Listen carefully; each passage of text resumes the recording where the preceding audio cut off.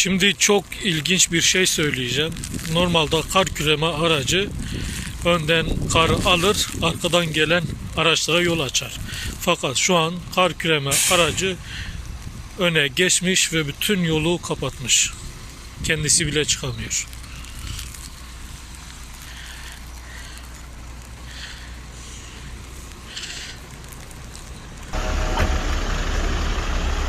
Gelecek, Beyoğlu Belediyesi gelecek birazdan.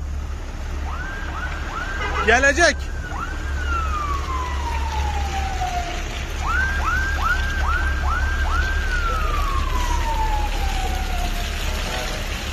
Arayın, Beyoğlu Belediyesi'ni arayın gelsin. İBB açamıyor.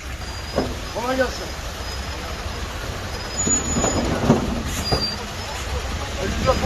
Abi o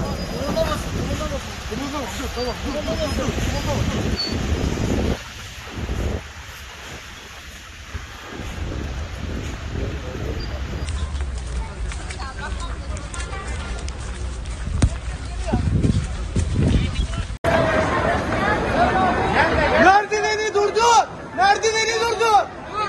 Merdiveni durdu. Merdiveni durdu. Merdiveni durdu.